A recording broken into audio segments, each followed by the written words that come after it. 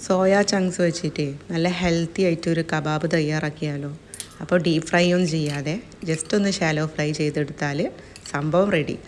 അപ്പോൾ ഇത് എളുപ്പമാണ് ഉണ്ടാക്കാൻ, കഴിക്കാനും നല്ല ടേസ്റ്റാണ്. വെയിറ്റ് ലോസിനും അതുപോലെ ഹെൽത്തി ആയിട്ട് കഴിക്കാൻ ആഗ്രഹിക്കുന്ന കൂട്ടുകാരുണ്ടെങ്കിൽ തീർച്ചയായിട്ടും ട്രൈ ചെയ്യാം കേട്ടോ.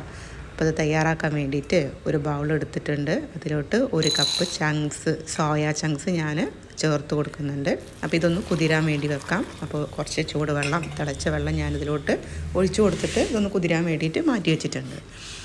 അപ്പോൾ ആ ഒരു ടൈമിൽ നമുക്കിതിന് വേണ്ടിയിട്ടുള്ള ഒരു മസാല കൂട്ട് തയ്യാറാക്കണം. അപ്പോൾ അതിനായിട്ട് ഒരു ചെറിയ പീസ് ഇഞ്ചി, ഒരു 5-8 ചെറിയ വെളുത്തുള്ളി, ഒരു മീഡിയം സൈസിലുള്ള സവാള റഫ്ലി ചോപ്പായിട്ട് മിക്സിയുടെ ജാറിലേക്ക് ഇട്ട് കൊടുക്കുക.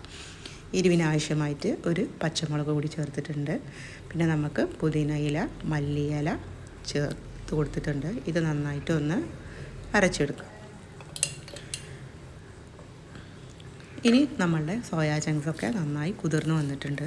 അപ്പോൾ ഇത് മാക്സിമം ഒരു 5-6 തവണ നമ്മളുടെ ഈ വെള്ളം എത്രത്തോളം കഴുകി വൃത്തിയാക്കും തോറും തെളിഞ്ഞ് കിട്ടുന്നു, അതുപോലെ വെള്ളം തെളിയുന്നോ അത്രത്തോളം നമ്മളിത് നല്ലപോലെ കഴുകി വൃത്തിയാക്കി എടുക്കണം. ഒരുപാട് അഴുക്കും കാര്യങ്ങളുണ്ട്. അപ്പോൾ അതുകൊണ്ടാണ് ഇത്ര തവണ നമ്മളത് കഴുകി വൃത്തിയാക്കി എടുക്കുന്നത്. അപ്പോൾ ഇനി നന്നായിട്ട് ഒന്ന് പിഴിഞ്ഞെടുത്തിട്ട് നമുക്ക് വേറൊരു ബൗളിലോട്ട് മാറ്റിയിട്ട് കൊടുക്കാം.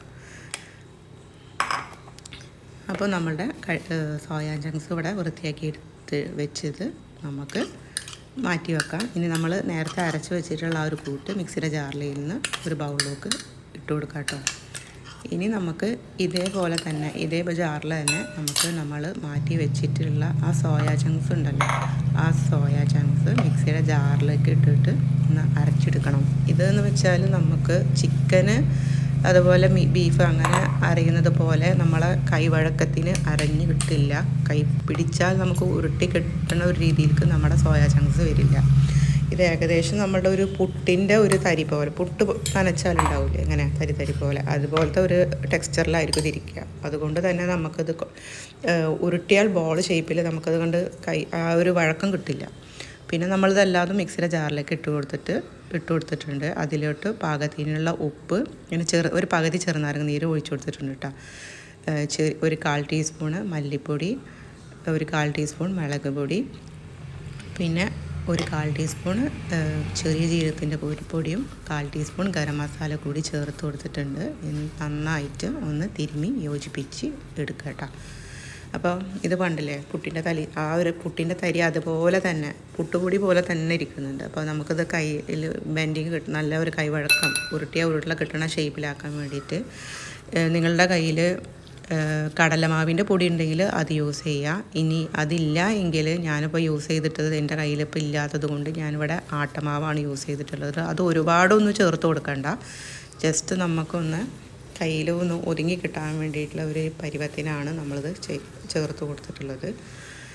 പിന്നെ ഇതിൽ എന്താ പറയുക, സോയാ ചങ്ക്സിൽ നമ്മൾ എത്ര പിഴിഞ്ഞാലും ചെറിയൊരു രീതിയിൽ വെള്ളം ഉണ്ടാവും. അപ്പോൾ അത് ജസ്റ്റ് ആ വെള്ളമൊക്കെ ഒന്ന് നല്ലവണ്ണം സ്ക്വീസ് ചെയ്തിട്ട്, അതേപോലെ സവാളയിലും ഉണ്ടാവും വെള്ളം. ആ സവാളയുടെ വെള്ളം നമ്മൾ അരച്ച് കഴിഞ്ഞാൽ മിക്സിയുടെ ജാറിലേക്ക് കുറച്ച് വെള്ളം പോലെ നിൽക്കുന്നത്, ആ എക്സസ് വാട്ടർ റിമൂവ് ചെയ്തിട്ട് നിങ്ങൾക്ക് അതിലോട്ട് ചേർത്താൽ മതി കേട്ടോ. അങ്ങനെ അത് ചെയ്യാൻ മറക്കണ്ട, ഞാനത് വീഡിയോയിൽ വിട്ടുപോയി.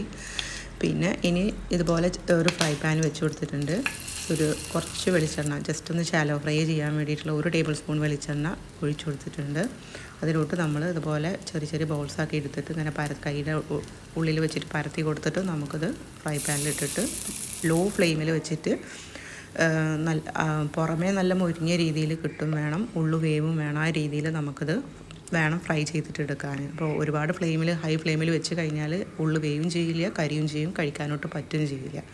ഇനി നമുക്കത് കഴിക്കാൻ വേണ്ടിയിട്ട് ഒരു ഡിപ്പ് തയ്യാറാക്കണം. അപ്പോൾ അതിനായിട്ട് ഒരു ചെറിയ പീസ് ഇഞ്ചി, ഒരു പച്ചമുളക്, മല്ലിയില, പുതിന ചേർത്ത് കൊടുക്കുന്നുണ്ട്. അപ്പോൾ അത് ചെറിയൊരു ക്വാണ്ടിറ്റി ആയതുകൊണ്ട് തന്നെ ഇത് അരയാൻ ബുദ്ധിമുട്ടാണ്. അപ്പോൾ അതുകൊണ്ട് ഞാനൊരു 1.5 ടീസ്പൂൺ വെള്ളം കൂടി ചേർത്തിട്ട് ഒന്ന് ഒതുക്കി കൊടുക്കുന്നുണ്ട്. പിന്നെ കുറച്ച് തൈരും കൂടി ചേർത്തപ്പോഴാണ് ഇതൊന്ന് റെഡിയായി വന്നത്. അപ്പോൾ അതിലോട്ട് ഞാൻ വീണ്ടും 1 ടേബിൾ സ്പൂൺ കട്ട തൈരും കൂടി ചേർത്തിട്ട് അതൊന്നും കൂടി ഒന്ന് മിക്സാക്കി എടുത്തിട്ടുണ്ട് കേട്ടോ.